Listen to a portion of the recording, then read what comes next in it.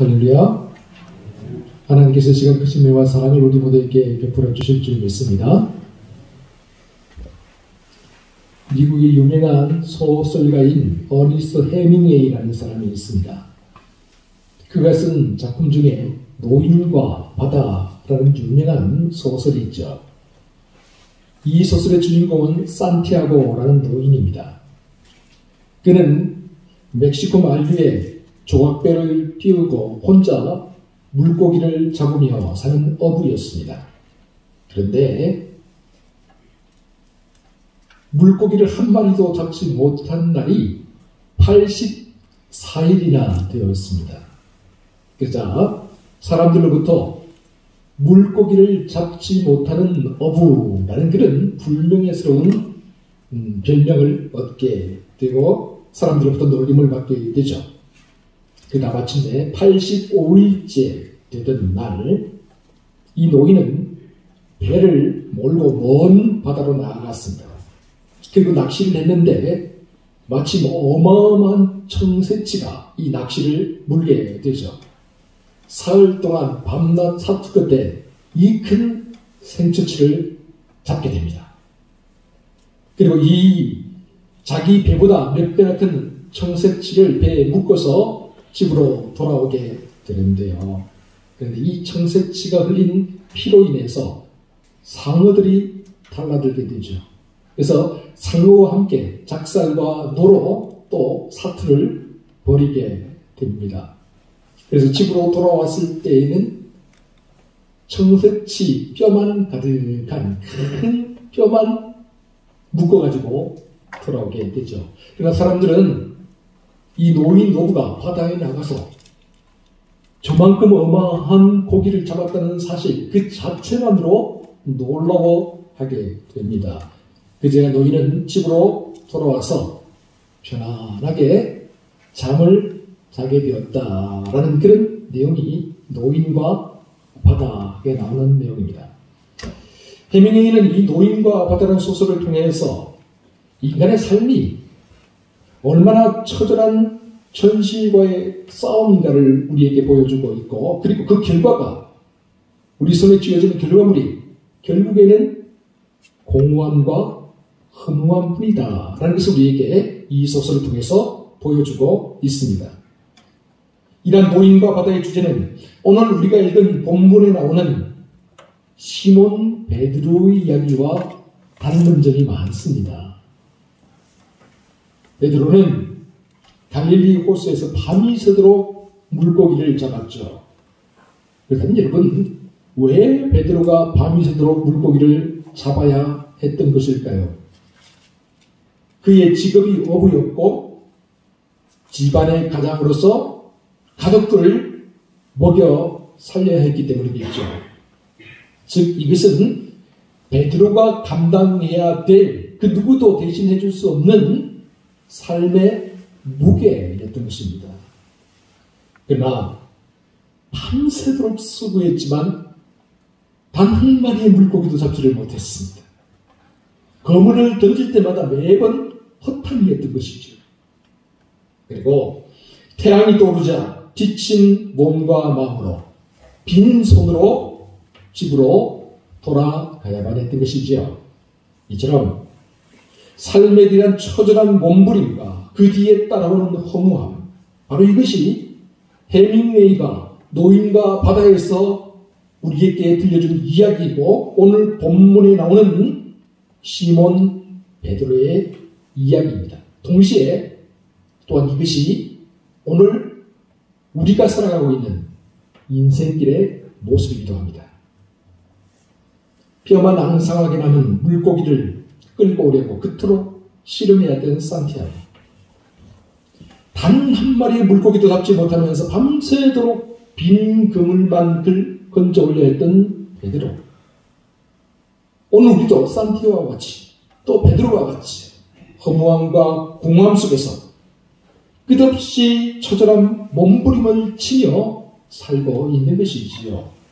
그런데 이것으로 끝나는 게 아니었다는 사실이죠. 베드로는 이제 이 빈손으로 가족에게로 돌아가야만 했습니다. 책임져야 될 가족들, 도무지 피해갈 수 없는 이 삶의 무게가 그를 기다리고 있었던 것이에요. 이처럼 시몬이 무겁고 착잡한 마음으로 빈 그물을 손질하고 있던 그때, 바로 그때 주님이 시몬을 찾아오셨습니다. 절망의 순간이었죠. 그가 낙심하고 있던 순간이었죠. 삶의 무게로 인해 괴로워하고 있던 그 순간이었죠. 바로 그 순간 주님이 베드로를 찾아오셨습니다. 여러분, 그러고 보면 우리가 주님을 만날 때가 언제였던가요? 우리가 한번 주님을 만났던 그때를 한번 가만히 생각해 보시기 바랍니다. 언제 우리가 주님을 절절하게 만났던가요? 주님은 우리의 삶이 평안하고 잔잔할 때보다는 힘들고 어렵고 괴롭고 고통스러울 때, 그때 우리를 찾아오시고 우리를 만나주실 때가 많다는 사실입니다. 베드로의 삶에 위기가 닥쳐왔을 때 주님이 베드로를 찾아오셔서 만나주셨던 것처럼 우리가 괴롭고 힘들어하는 장소가 바로 주님을 만나는 장소가 되고, 우리의 마음이 무겁고 착잡한 그 순간이 바로 주님을 만나는 순간이 되더라는 것이지요. 사랑하는 성도 여러분, 그러므로 우리 삶에 시련의 파도가 몰려온다고 해서 두려워하지 마시기 바랍니다. 절망적인 상황이 우리 앞에 펼쳐진다고 해서 너무 염려하거나 걱정하지 마시기 바랍니다. 왜냐하면 바로 그때가 주님을 만날 때이기 때문입니다. 바로 그 장소가 주님을 만날 수 있는 절호의 장소이기 때문입니다. 바로 그때 살아계신 하나님의 음성을 들을 수 있고, 또 가장 생생하게, 가장 뚜렷하게 주님을 만날 수 있다는 그런 기대로 살아갈 수 있는 저와 여러분 모두가 될 수 있기를 바랍니다. 그런데 오늘 우리가 본문 말씀을 살펴보기 전에 먼저 본문 앞에 나오는 누가복음 4장 이야기를 좀 미리 살펴보고 본문을 살펴볼 필요가 있습니다. 예수님께서 지난 시간에 우리가 보셨던 것처럼 갈릴리 회당에 가셔서 처음으로 공생애를 시작하면 처음으로 설교를 하셨잖아요. 강론을 선포하셨죠. 그리고 난 다음에 갈릴리에서 나사렛에서 이제 갈릴리 가버나움으로 내려오셨습니다.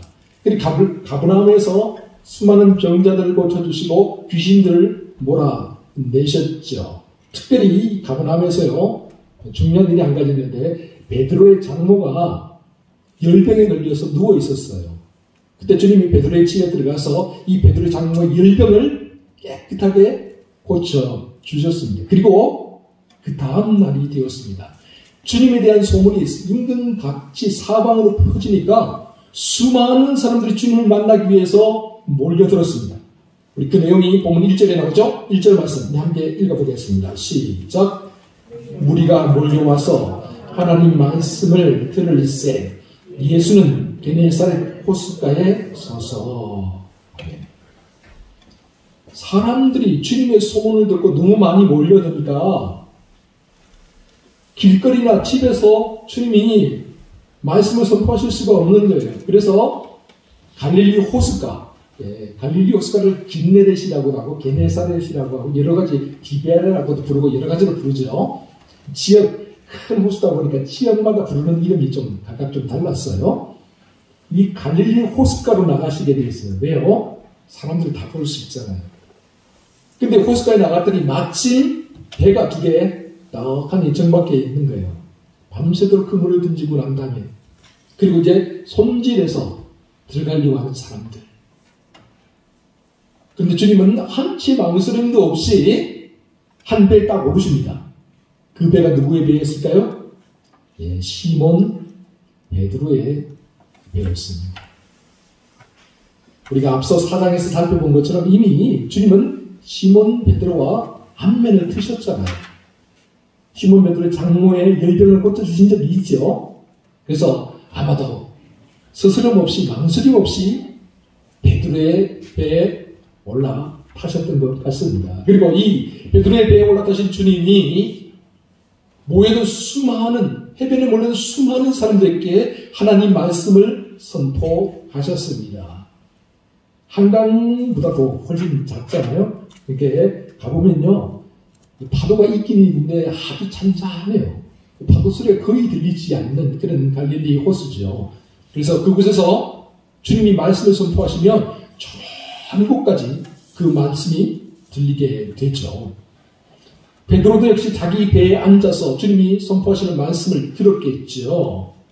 그런데 말씀을 선포하신 후에 주님이 베드로를 보시며 말씀하십니다. 시몬, 깊은 데로 가서 그물을 내려 물고기를 잡으라.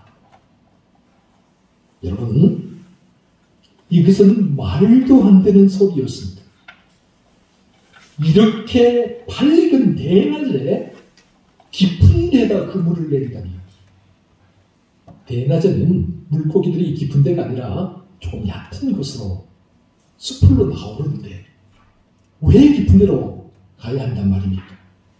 그래서 베드로가 대답을 하죠. 본문 5절입니다. 우리 같이 한번 5절 말씀 읽어보겠습니다. 시작.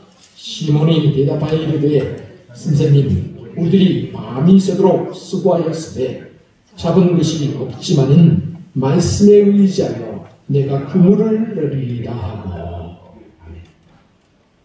베드로는 갈릴리 어부였습니다.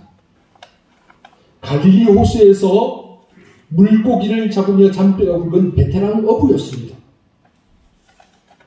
그렇기 때문에 베드로는 지금 물고기들이 어디에 놀고 있는지, 또 어디에 그물을 내려야 물고기를 잡을 수 있는지 그 누구보다도 잘 알고 있는 사람이었습니다. 그런데 어부도 아닌 주님이, 목수였던 주님이 그에게 깊은 데로 가서 그물을 내려 고기를 잡으라고 말씀하십니다.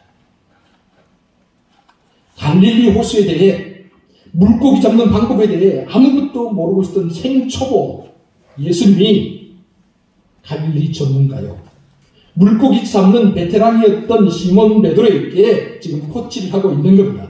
여러분, 이게 말이 되는 상황입니까?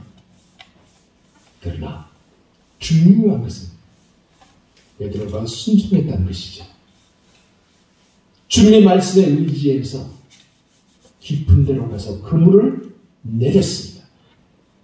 비록 베드로 자기의 생각, 자기의 경험, 그리고 자기의 이성으로는 도무지 이해할 수가 없고 도저히 납득이 안 되는 일이었지만 주님이 말씀하셨기 때문에 주님의 말씀이기에 순종했던 것이죠.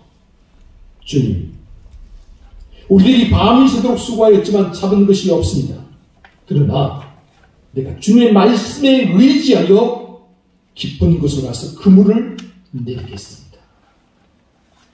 사랑하는 여러분, 믿음의 출발은 순종에서부터 시작된다는 사실을 기억하시기 바랍니다. 우리 신앙생활의 출발점은 주님의 말씀에 귀를 기울이고 그 말씀에 순종하는 데서부터 시작이 됩니다. 때로는 이해가 안 된다고 할지라도, 때로는 받아들이기 힘들다 할지라도 우리가 주님의 말씀에 순종할 때 역사가 일어나게 됩니다. 기적이 일어나게 됩니다. 우리가 상상치 못했던 놀라운 일들이 우리 앞에 펼쳐지게 되는 것이죠. 이처럼 말씀에 대한 순종은 우리가 믿음의 관문으로 들어가는 첫 번째 조건이라는 사실을 언제나 기억할 수 있기를 바랍니다. 주님이 그렇게 말씀하셨고 베드로가 그대로 순종했습니다. 여러분, 그랬더니 어떤 일이 벌어졌을까요? 본문 6절입니다. 6절 말씀 한번 같이 읽어봅니다. 시작. 그렇게 하니 고기를 잡은 것이 심히 많아 그물이 찢어지는지라. 아멘. 베드로가 주님 말씀에 순종하여서 깊은 곳에 가서 그물을 내렸을 때 그 누구도 상상치 못했던 엄청난 일이 일어났습니다. 순종의 결과는 참으로 놀라웠습니다. 베드로의 상상을 초월했습니다. 여러분, 물고기가 정말 어마어마하게 많이 잡혔습니다. 그 누구도 상상하지 못할 만큼 엄청나게 많이 잡혔습니다. 이에 베드로는 황급히 다른 배에 있는 사람들에게 도와달라고 요청을 했죠. 물고기 얼마나 많이 잡혔는지 2배의 물고기를 채웠더니 2배가 잠기게 되었다라고 그렇게 성경이 기록하고 있지요. 그런데 그 순간이었습니다. 베드로의 머릿속에 번개가 쳤습니다. 베드로의 온 몸이 전류에 감전된 것처럼 떨려왔습니다. 이것은 사람이 할 수 있는 일이 아니라는 사실. 사람의 지혜와 능력, 사람의 경험과 기술, 이런 것들은 이처럼 어마어마한 일을 만들어낼 수 없다는 사실을 베드로가 잘 알고 있었기 때문입니다. 그래서 베드로는 두려웠고, 그래서 베드로는 온몸을 떨어야 했습니다. 사람이요, 너무 놀랍거나 너무 두려운 일을 딱 만나게 되면요, 자기 스스로 감당하지 못할 일을 딱 만나게 되면 말문이 막혀버립니다. 자기도 모르게 그 자리에 털썩 주저앉아 버리게 되죠. 왜 그랬습니까?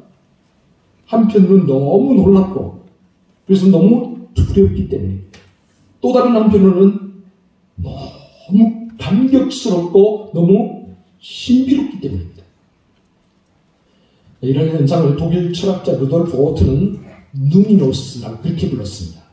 누미노스라는 말은 거룩한 것 앞에서, 너무나 놀랍고 신비로운 현상 앞에서, 우리를 압도해야 하는 엄청난 압력 앞에서 우리가 느끼게 되는 두려운 감정, 그리고 종교적인 경외심을 가리켜서 누미노스라고 그렇게 부르죠.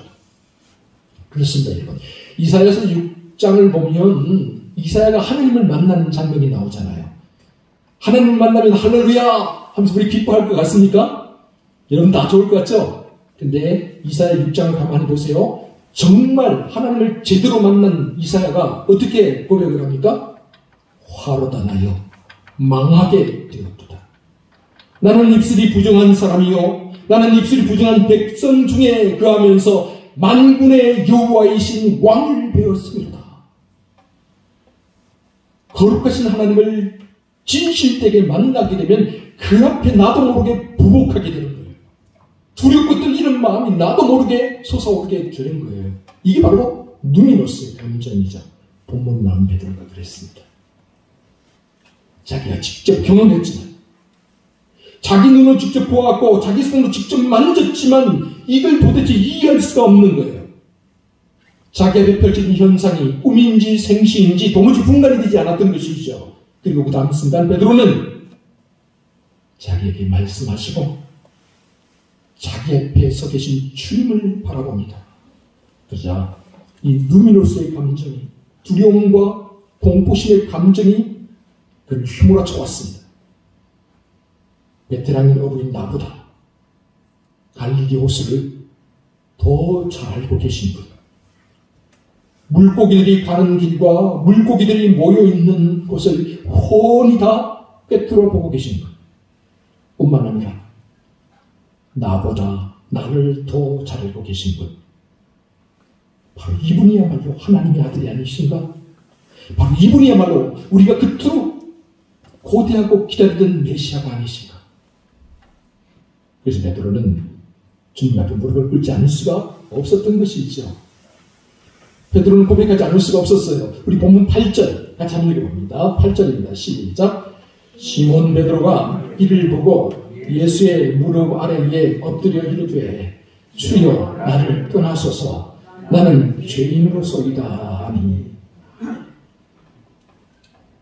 베드로가 자기 앞에 서 계신 분이 누구인지를 알게 된 거예요. 이전에 이미 베드로는 만났습니다. 주님을 만났어요. 자기 집에 모셔드렸잖아요. 자기 장모도 열병을 고치는 기적도 맛보았잖아요. 그런데 그때도 몰랐어요. 자기 앞에 계신 분이 누구인지를 몰랐어요. 그런데 갈릴리 호수에서 그 배에서 주님의 말씀을 듣고, 주님이 자기에게 직접 명령하신 대로 그 말씀에 순종하고 그 순종의 결과가 어마어마한 자신이 감히 상상도 못한 압도적인 기적으로 다가오게 되자 비로소 베드로가 자기 앞에 계신 분이 누군지를 알게 되었습니다. 자기 자아가 깨진 거예요. 자기의 생각, 자기의 테두리가 열려진 거예요. 주님 앞에서. 그러니까 새로운 세계가 보인 거예요. 새로운 주님의 모습이 보인 거예요. 그런 것 같습니다.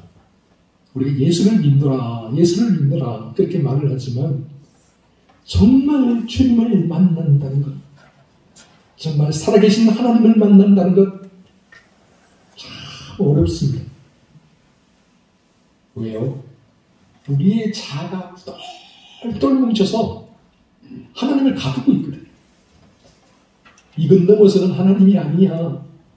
이건 넘어서는 우리가 하나님을 알 수 없어 라고 생각을 하는 거죠. 그러나 여러분, 사실은 이 내 자아를 깨뜨리고 나아가야 비로소 참된 하나님을 만날 수 있어.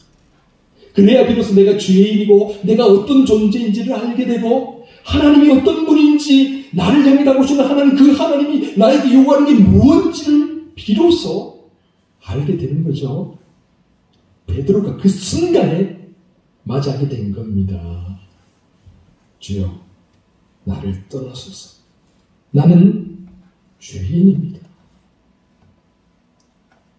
이렇게 무릎을 꿇고 자신이 죄인임을 고백하는 베드로에게 주님 다음과 같이 말씀해 주셨습니다. 우리 본문 10절 같이 한번 읽어보도록 하겠습니다. 시작.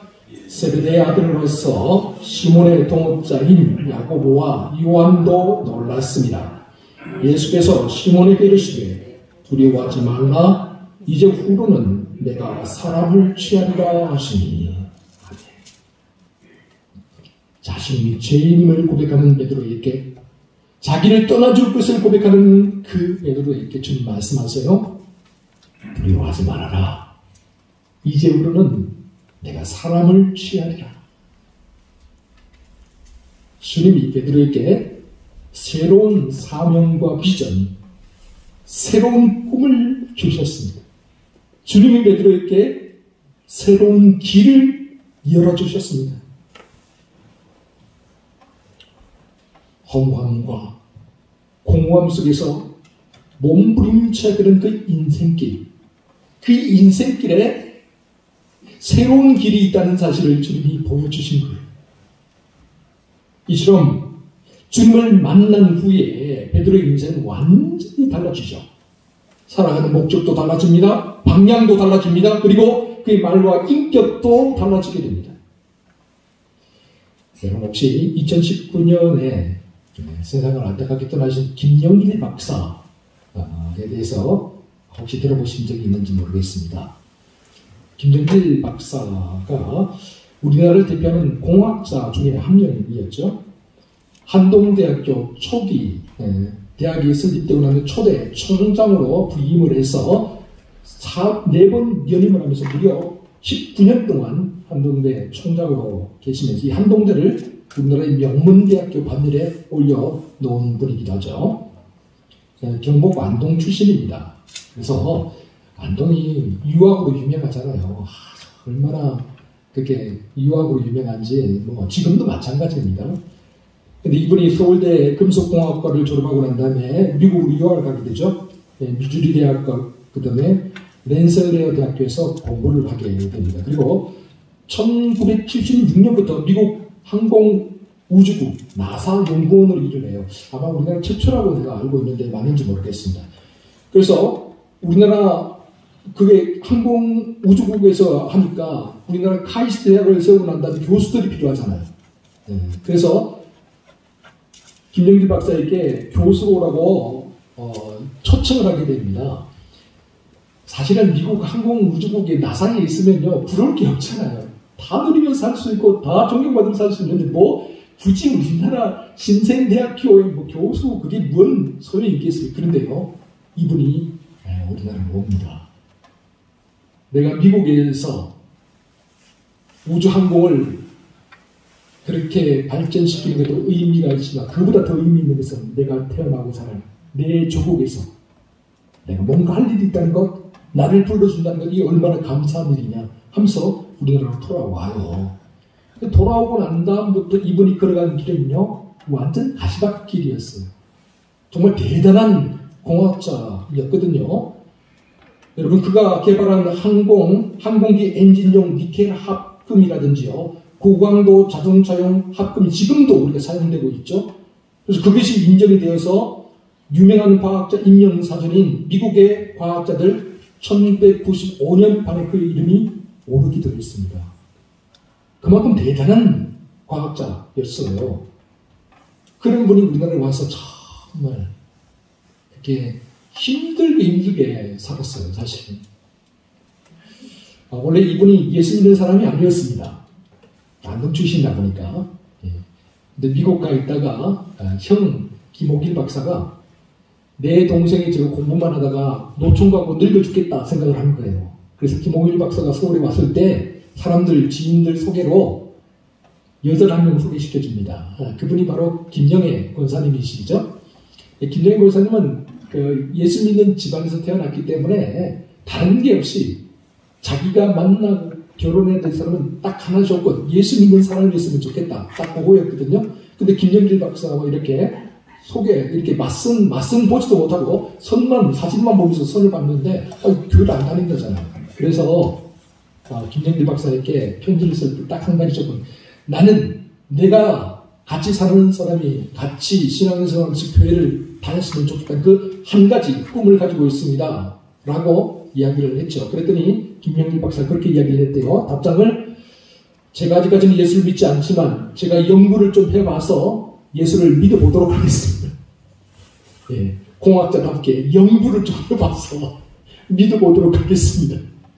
그래서 결혼을 하게 되었고 미국으로 건너갔는데 정말 연구를 시작하는 거예요. 교회는 나가는데 예수는 못 믿겠는 거예요.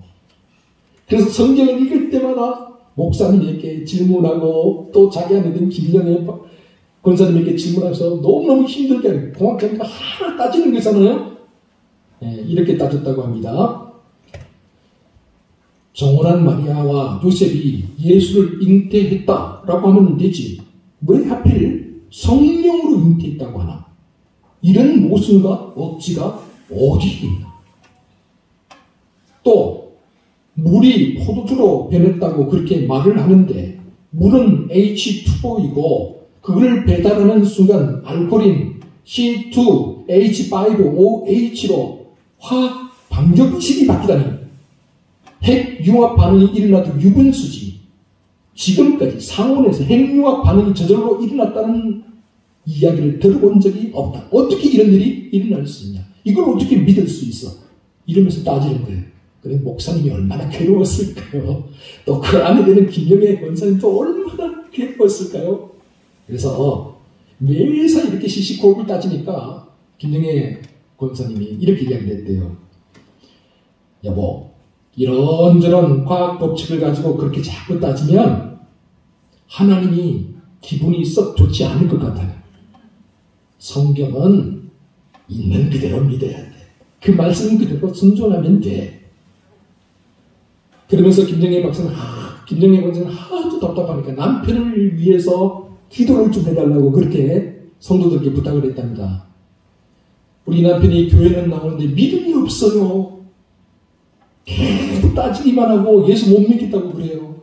그러니 제발 믿음을 갖게 해달라고 좀 기도해 주세요. 그렇게 성도들에게 부탁을 했더니 성도들 중에서 김영길 박사가 믿음을 갖게 해달라고 금식 기도하는 사람들이 생겨났대요. 그래서 그 금식 기도의 힘 때문이었는지 모르지만 하루는 아내와 함께 슈퍼에 가서 장을 보다가 이 김영길 박사가, 미국에는 슈퍼에 이렇게 서점처럼 이렇게 책을 팔거든요.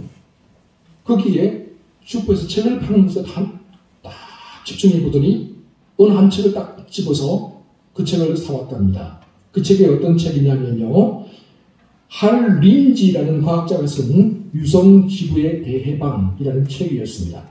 그 책을 사와서 김영길 박사가 손을 떼지 않고 그 책이 끝날 때까지 밤새도록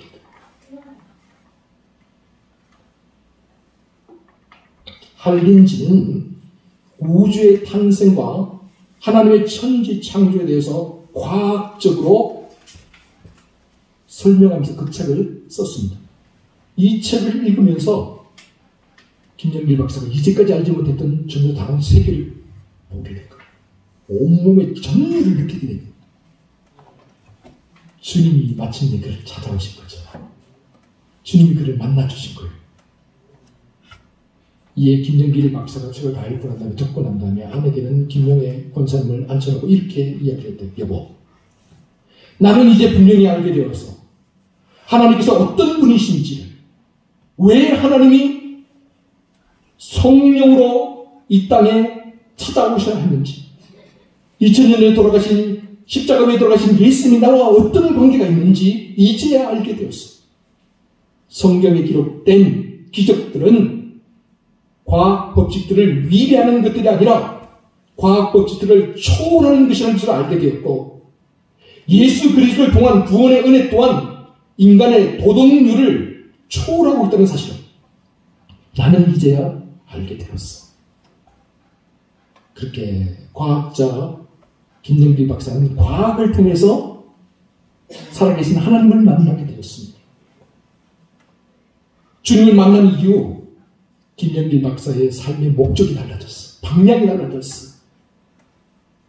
그 이전까지는 내가 잘 먹고 잘 살고 많은 사람들에게 존경받고 부귀함을 누리면서 살면 된다라고 생각을 했는데, 하나님을 만나고 보니까 그게 아니에요. 새로운 인생길이 있다는 걸 알게 된 거예요. 하나님이 그에게 꿈을 주신 거죠.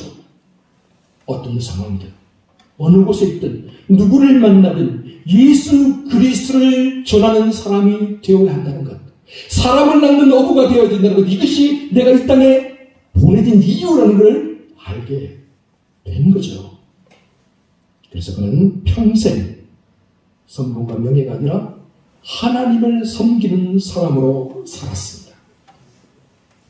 주님을 믿는 믿음으로 인하여서 수많은 고난과 시련의 시간들을 통과해야 했지만, 그는 하나님이 그에게 주신 이 사명의 길을 묵묵히 걸어감으로 말미암아 궁창의 별과 같이 빛나는 이름이 될 수 있었습니다. 사랑하는 성도 여러분, 오늘도 주님은 부단히 우리를 찾아오십니다. 그리고 우리의 마음 문을 두드리시면서 말씀하십니다. 볼지어다, 내가 문 밖에 서서 두드리노니 누구든지 내 음성을 듣고 문을 열면 내가 그에게로 들어가 그와 더불어 먹고 그는 나와 더불어 먹으리라. 우리 인생을 송두리째 변화시켜 주시는 주님을 만날 수 있기를 바랍니다. 참으로 살아계신 하나님의 아들 우리 주 예수 그리스도를 새롭게 만나는 은혜가 오늘 이 자리에 있는 저와 여러분 모두에게 임하시기를 주의 이름으로 축원합니다. 기도하겠습니다. 베드로가 주님을 만났습니다. 아니 그 이전에도 이미 주님을 만났지만 그 주님은 살아계신 하나님의 아들, 우리를 구원하시러 오신 메시아가 아니었습니다. 단지 그에게 기적을 베풀어 주시는 분, 단지 사람들에게 좋은 일을 행하시고 좋은 말씀을 전해주시는 분에 불과했습니다. 그러나 그가 살아계신 하나님으로 주님을 만났을 때 그의 인생이 완전히 변화되었습니다.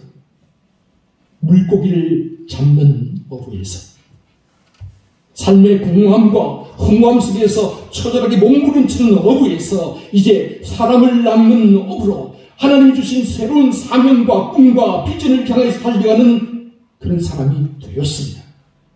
하나님, 오늘 우리도 주님을 새롭게 만나게 하여 주시옵소서.